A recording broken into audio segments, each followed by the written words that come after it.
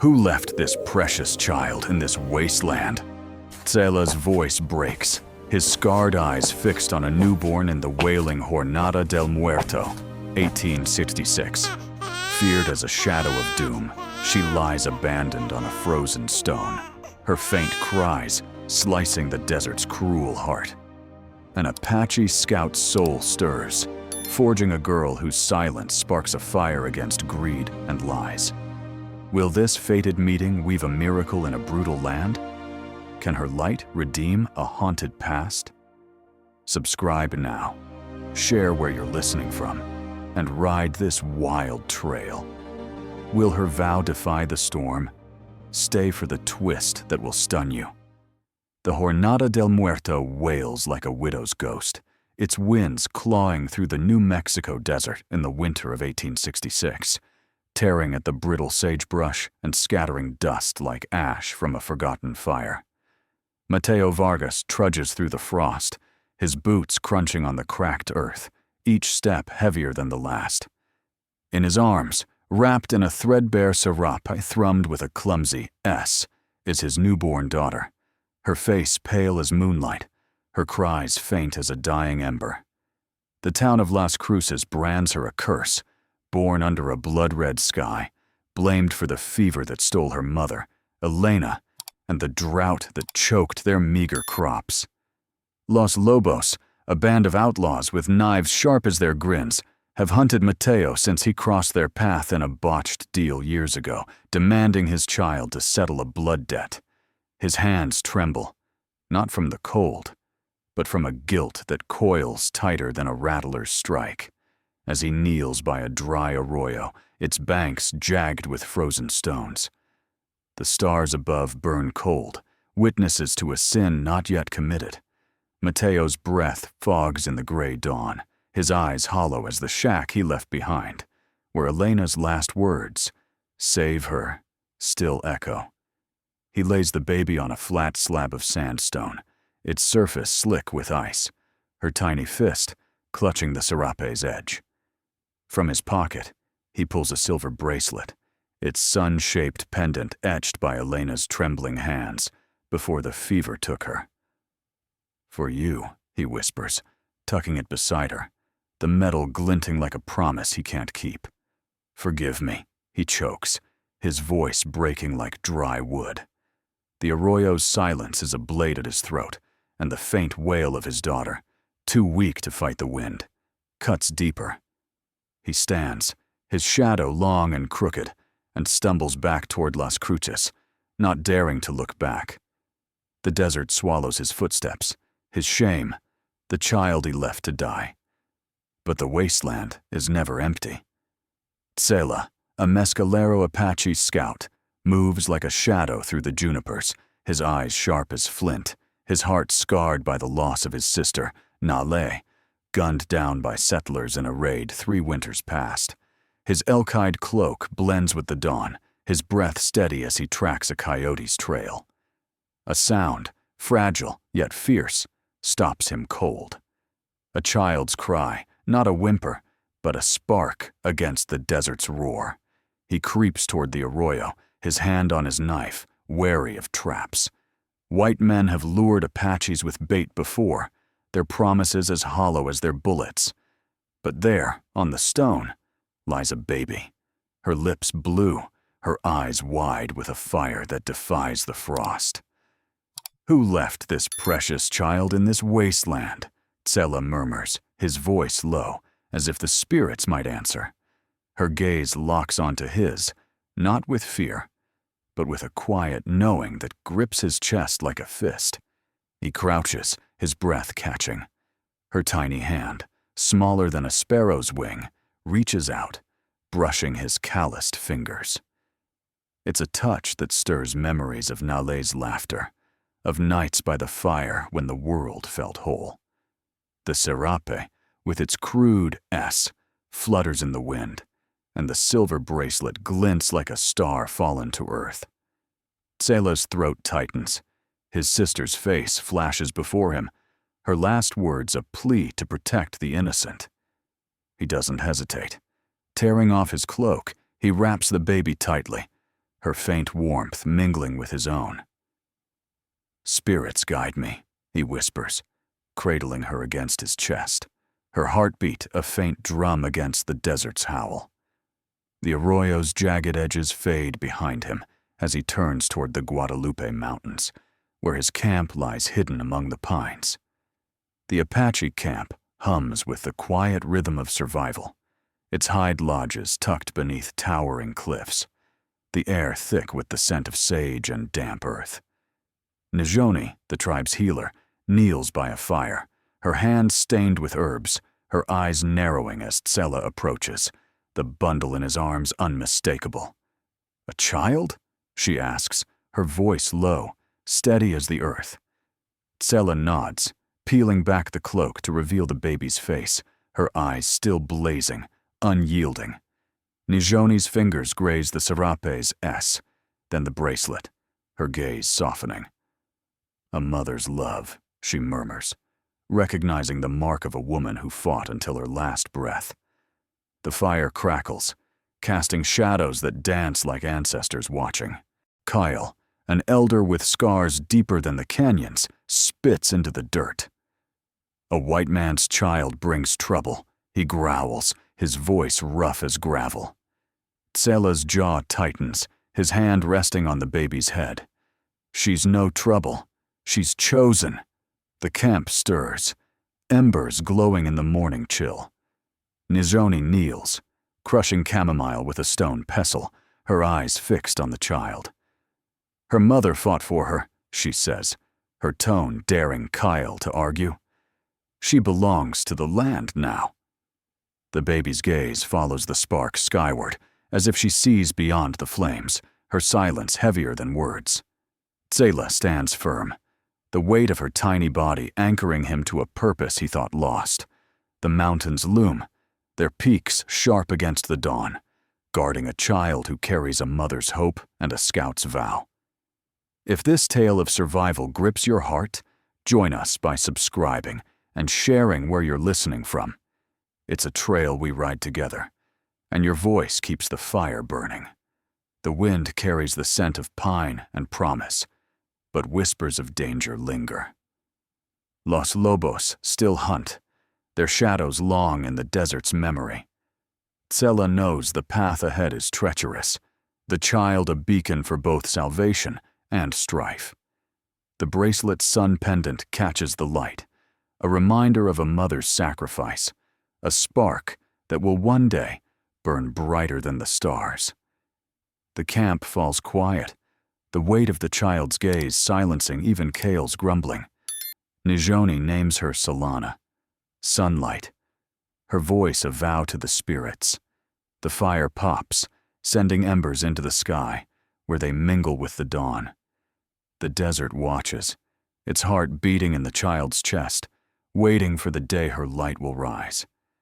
The desert holds its breath, the Guadalupe Mountains standing sentinel as Solana's eyes, bright as the sun pendant tucked in her serape, promise of fire yet to come. 10 years have carved their mark on the New Mexico wilderness, and by 1876, the Apache camp thrums with a fragile pulse, its hide lodges nestled in a canyon's shadow. Solana, now 10, moves like a whisper through the junipers, her bare feet silent on the red earth, her hands quick with Njoni's lessons, crushing mesquite and chamomile under the firelight's glow. Her silence, once a mystery, is now a gift, her eyes catching the flicker of a hawk's wing or the scent of rain on the wind. But the air grows heavy with menace, for whispers of Elias Crow, a hunter of children with boots that clang like death's knell, creep through the pines, carried by traders and marked by broken traps, staining the trails with blood. The camp's fire burns low, its embers spitting sparks into the night. Njoni kneels, her hands stained with sage, teaching Solana to weave a poultice for fever, her voice steady as stone. "The land speaks, child," she says, her eyes tracing Solana's careful fingers. "You hear it clearer than most." Solana nods, her gaze fixed on the herbs, memorizing their shapes. Yarrow's feathery leaves, cedar's sharp bite. Tsela, ever watchful, sharpens his knife by the lodge, his scars catching the fire's glow. He tells her of Crow, the man who sells Apache children to mining camps, his name a curse on the wind. His boots leave death, Tsela warns, his voice rough as gravel. Solana's fingers pause, her eyes darting to the darkness beyond the camp, where a child's dream, a shadow with dead eyes, haunts her sleep. Dawn breaks, painting the cliffs in blood-red light.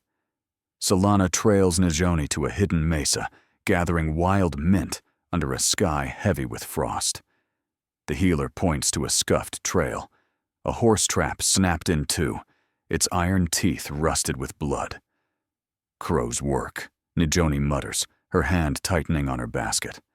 Solana's heart quickens, her silence sharper now, like a blade honed by fear. She spots a deer's track veering west, a sign of life amid the threat, and leads Najoni to a shallow spring, its waters warm beneath a crust of ice. The tribe drinks deeply that night, their faces softened by relief. But Kyle, the elder, spits into the dirt. "Her luck will draw him," he growls, his one good eye glinting. Tsela's hand grips his bow. "She's no curse, she's ours." The winter bites harder, the canyon's walls closing in like a trap. Solana, restless, slips out at dusk, her breath fogging as she follows a coyote's trail to a ridge. There, etched in the dust, are boot prints, heavy, spiked with iron. Her pulse races, the dream shadow of Crow's eyes flashing in her mind. She runs back, her bare feet bleeding on the rocks, and whispers to Tsela, "He's close." The camp braces, warriors checking arrows, mothers clutching children. Najoni pulls Solana close, her herb-stained hand steady. "You see what we don't," she says, tying a pouch of sage to Solana's waist. "Keep it near."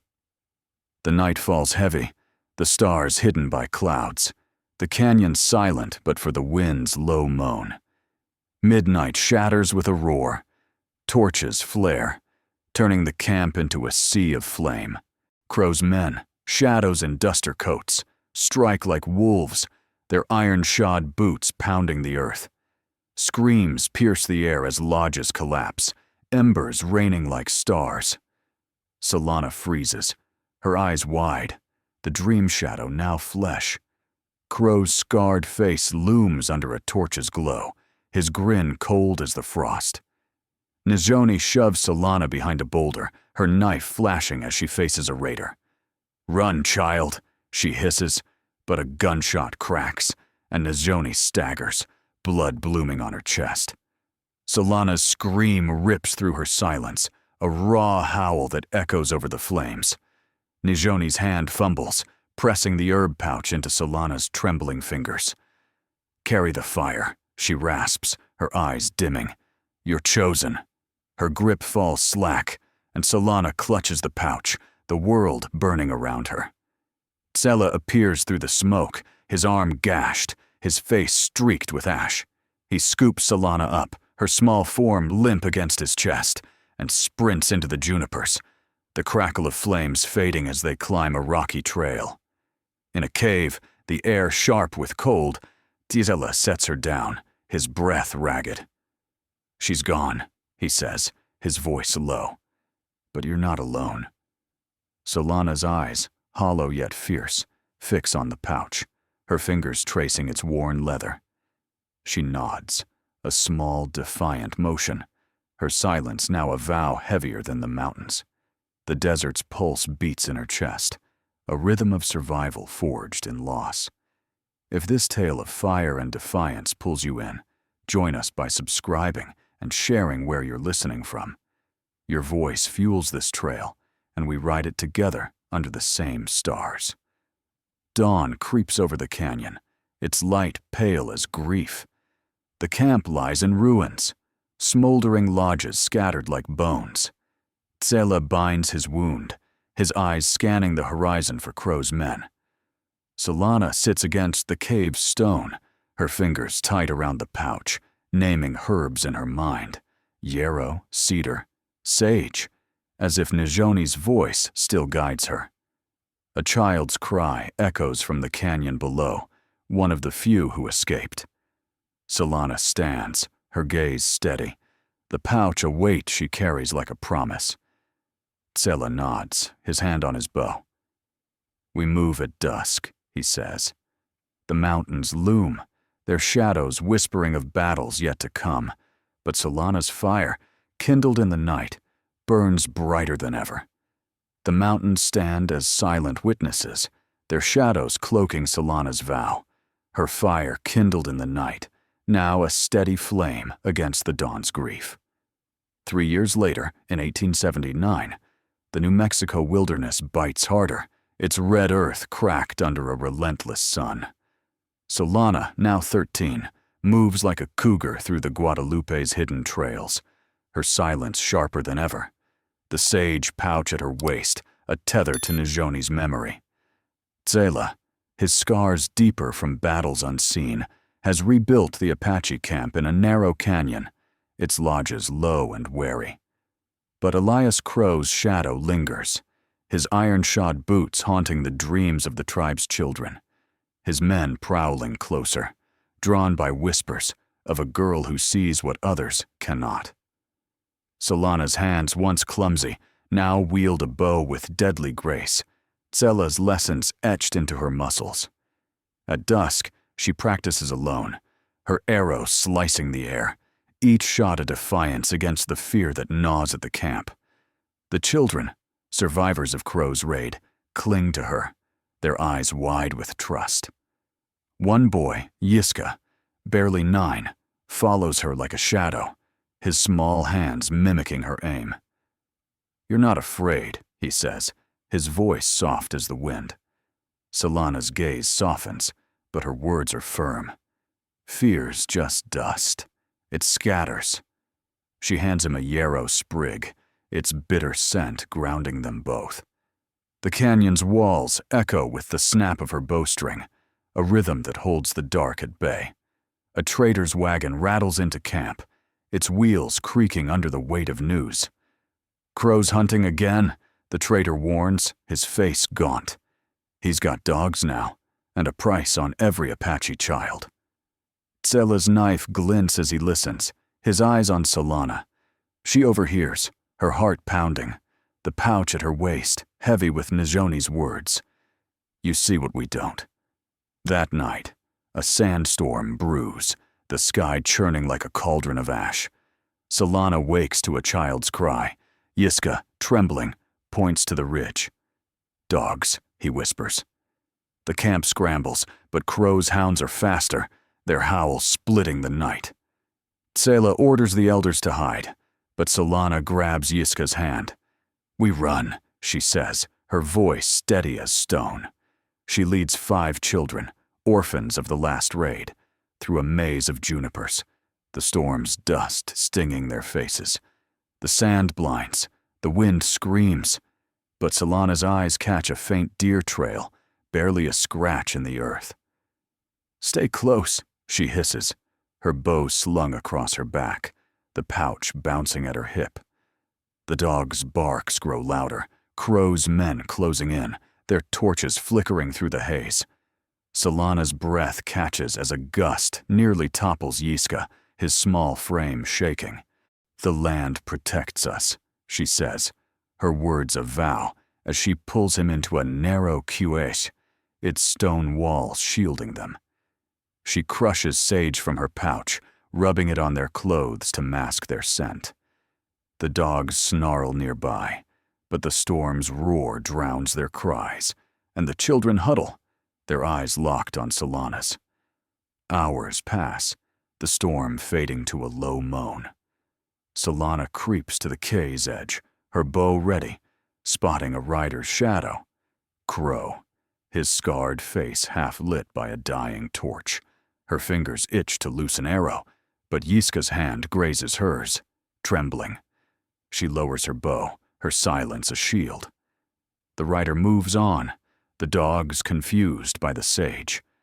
Solana leads the children higher, to a hidden spring she'd found months ago, Its waters cool despite the heat. They drink, their faces easing, but Solana's gaze stays sharp, scanning the horizon. Tsela finds them at dawn, his arm bandaged, his eyes fierce with pride. "You kept them alive," he says, his voice rough but warm. Solana nods, her fingers tracing the pouch, Nijoni's voice echoing, "Carry the fire." Back at the camp, the survivors regroup, their lodges patched but standing. Solana sits by the fire, Yiska beside her, carving a stick into a bird's shape. Nijoni's words linger in her mind, woven with a story she'd told years ago, of a Mexican woman who fought for her child, a woman whose love was stitched into a Serape's S. Solana's hand pauses on the pouch, the memory stirring a question she can't yet name. Kyle, the elder, watches her, his grumbling softened. "She's no curse," he mutters, chewing. Tsela nods, his gaze distant. "She's more." The fire crackles, its light catching the silver bracelet Solana now wears, its sun pendant a quiet promise. If this trail of courage and survival pulls you in, join us by subscribing and sharing where you're listening from. Your voice keeps this fire alive, and we ride together under these stars. A trader returns days later, his voice low with news that cuts like a blade. Mateo Vargas, Solana's father, lives in Redstone, a mining outpost under Crow's iron grip. Solana's heart lurches, not with rage, but with a need to face the man who left her to die. She fingers the bracelet, its sun warm against her skin, and recalls Nijoni's tale of a mother's fight. "I need to know," she tells Tsela, her voice steady but fierce. He nods, his bow slung across his back. We go at dusk.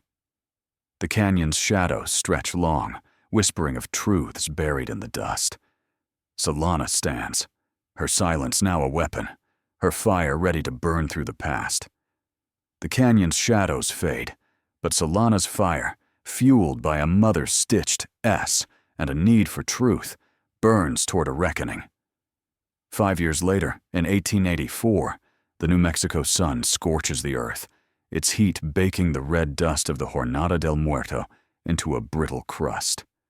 Solana, now 18, moves with the grace of a hawk, her bow steady, her silence a blade honed by years of survival. The Apache camp, rebuilt in a hidden gorge, hums with quiet resilience, but whispers of Elias Crow's cruelty echo louder, his grip tightening on the mining outpost of Redstone.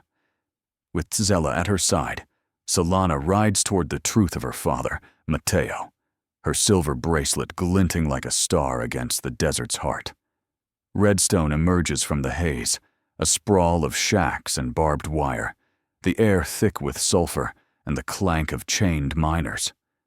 A rotting scaffold looms at the gate, a miner's corpse swaying as crows warning to rebels. Solana dismounts, her boots stirring dust, the sage pouch at her waist, heavy with Nijoni's legacy. Tsela stays in the shadows, his eyes scanning the armed guards, their rifles glinting under a merciless sun. The outpost's heart is a communal fire, its flames licking the night as miners huddle, their faces gaunt. Mateo sits among them, his gray hair thin, his hands clutching a rusted cross, his eyes hollow as the arroyo where he left her. Solana steps into the firelight, her silhouette tall, her voice cutting through the chatter in Spanish. "Mateo Vargas, do you know the child you left to die?" Mateo's head snaps up, his breath catching as he fumbles the cross, pulling a silver bracelet, its sun pendant matching hers, from his shirt.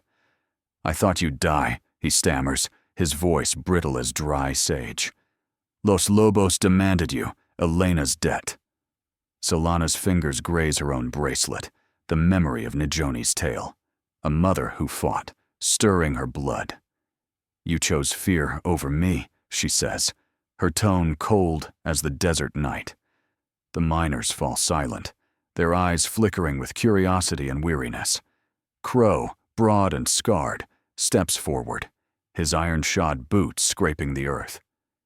"The Apache's prize," he sneers, his hand on his revolver, recognizing the girl whose shadow has haunted his hunts. A child's cough breaks the tension, sharp and wet, from a nearby shack. Solana moves past Crow, kneeling by a boy wrapped in rags, his mother's eyes wide with desperation. She presses chamomile from her pouch into the woman's trembling hands.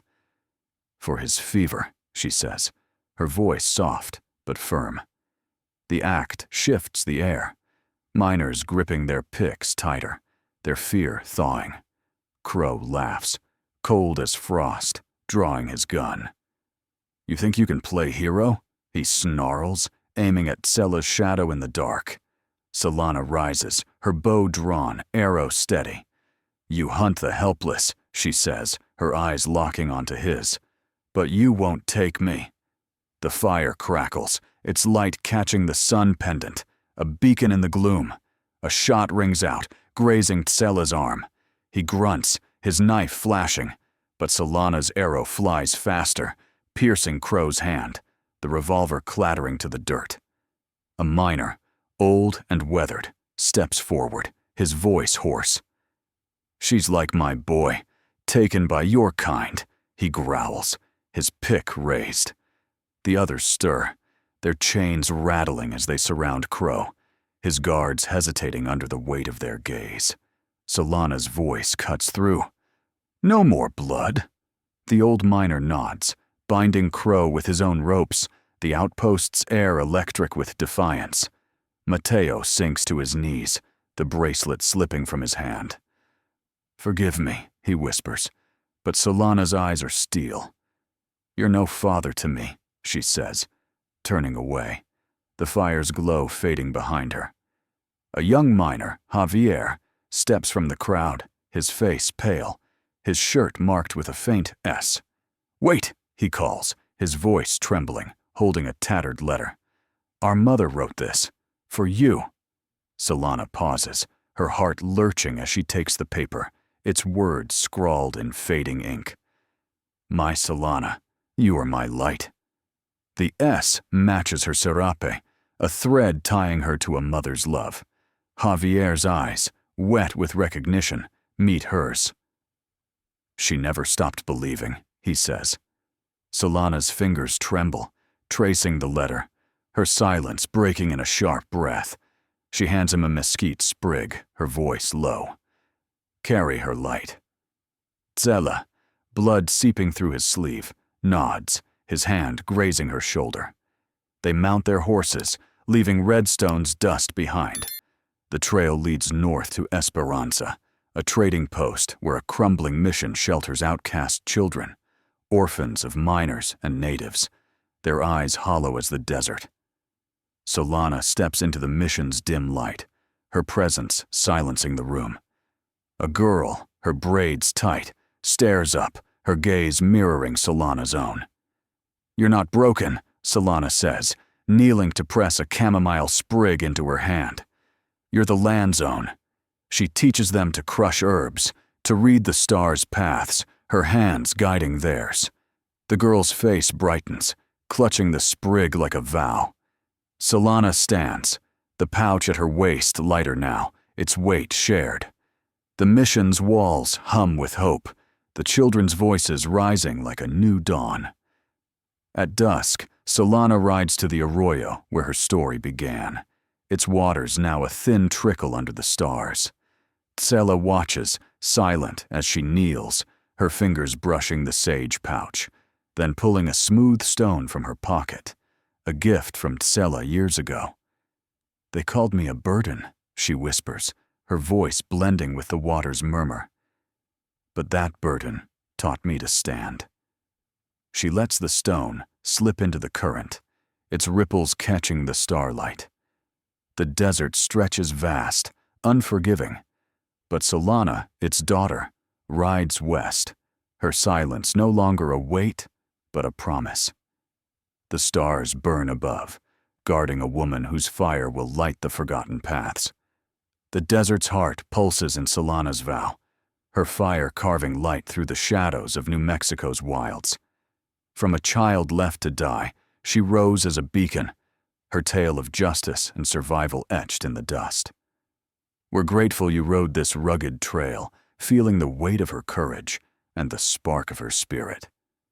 Share your thoughts. What did Solana's journey awaken in you? Drop a comment or tell us where you're listening from. Your voice fuels this flame. Until we gather again by the next fire under these stars, carry her light. More tales await in the untamed West.